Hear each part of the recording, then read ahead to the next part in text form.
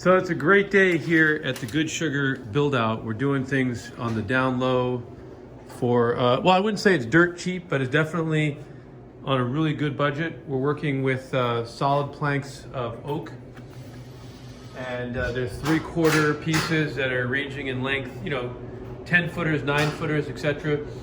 And I'm moving now. The construction build out from the retail site is done. I'm gonna walk through this whole build out. I'm really excited about what we did here. Now we're moving back to the retail area where we're gonna sell the food, the supplements, all the spiritual, esoterica stuff, the crystals. Not really my business, but it's just retail. It's very straightforward. I don't have before pictures, but the shelves were made out of pine and they were all at different levels, suspended by different methods, and they were crooked and they didn't look so great. They didn't have any lighting. And so now what I'm doing is I'm just building these great sections of 2 layers of the beautiful oak with a nice faceplate with a miter over here. And the technique to install them is to drive these bolts into the wall, and they drill holes in the back, as you can see, and they just put the shelf on, so there's no, the supports are invisible. And we set up these shelves where we routed out a perfect notch underneath there to put the LED lights. The LED lighting is the same lighting, it's a low-cost lighting, very clean, that I did for the bakery shelf. You can see that there. Give it a second to be able to focus on the brightness, but it's a very easy way to build. And you buy these lights in rolls, and then you're able to cut them down to the size you need. They're low voltage, they're very easy to use. There's a channel that comes with them. I'll show you the whole finish of these when they're done. I got 62 linear feet of lighting for 4 shelves plus 2 more shelves that are going on this wall with the transformers and the bracket that mounts them. Everything was $800. So I think that's really cheap. What I'm doing is I'm just building out of the same oak. I'm building a supplement case out of the oak, which will have a very easy mounting system. I put a little strip of oak on the bottom, a strip of oak on the top, and that'll mount right to this existing bamboo wood surface. And between the 2 rack systems that I'm building on this wall will be totally ready to receive a ton of stuff. One of the things I didn't get to show you guys yet is this amazing ice trough that I had custom made out of stainless steel, 2 layers with insulation, and they have a drain system which is tied in directly to the sewer system of the space. And I incorporated a shot flight bar in stainless steel with an oak top. I haven't stained this yet, but that's how we're going to be serving the shots. And we'll fill this up with ice every day and put all of our product in here instead of a refrigerator. Salads, chia seed pudding, oatmeal. Eventually, when I can, I'll be doing bottled juices in glass. But there's a whole chock full of products that I can sell here. And I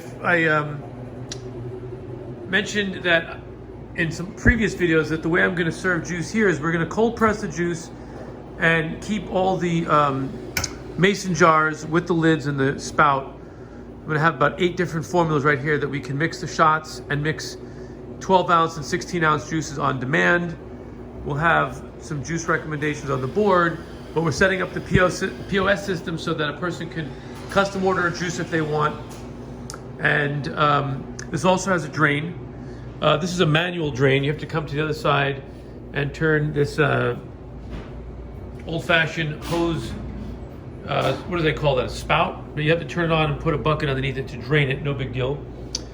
And everything's really fit in really nice and tight. I'm really excited about it. Everything seems to work. And you got to look at some of the other videos I put on this space. The material that I worked with for the countertops is 1-inch and 1/2-inch cutting board material that come in 4x8 sheets. I think it's a cool, sleek material. I've worked with it before. It gives me a lot of versatility in what I'm building. I get to customize things. This entire center island that I built here is made with a wood frame.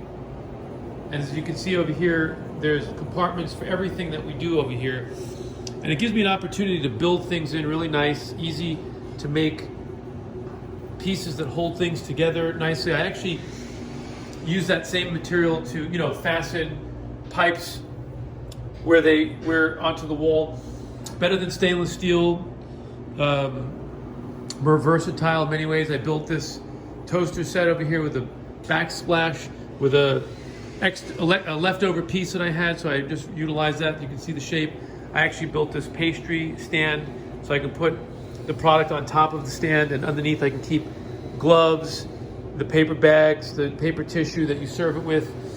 And as I showed you in some other videos, I built the POS station, all the supplies that we need to operate, bags, printer rolls, the cash drawer. It's all built, the shelves are all made out of the plastic, which again, it's a really inexpensive way to build, and you don't have to finish a wood surface because the surface is finished by itself.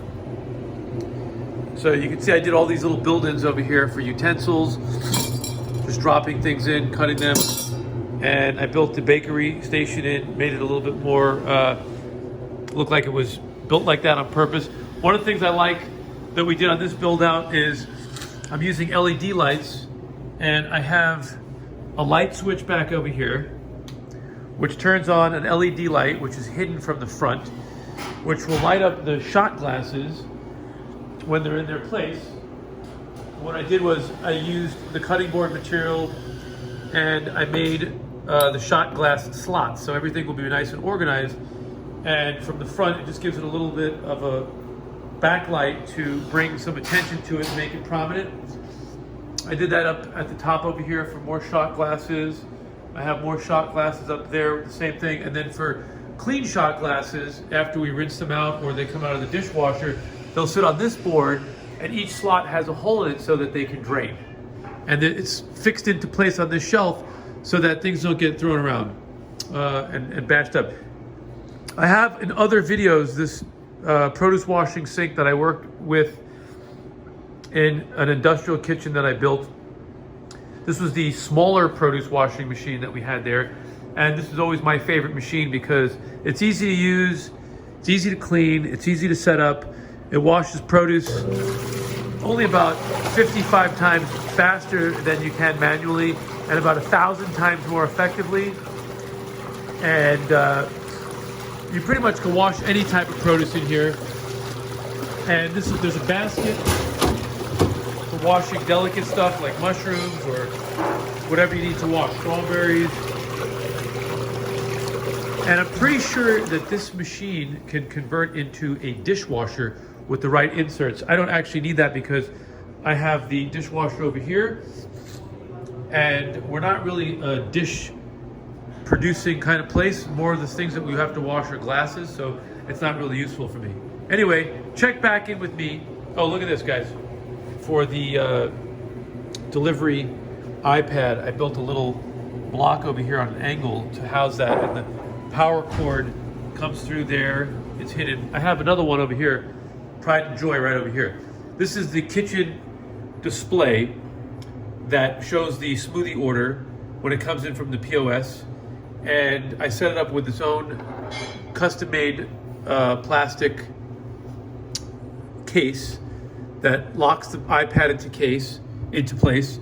And the wire comes through the bottom, and we have it hidden behind its own plastic so that we eliminate the possibility that people unplug it and move the machines around, which is a very common thing. All right.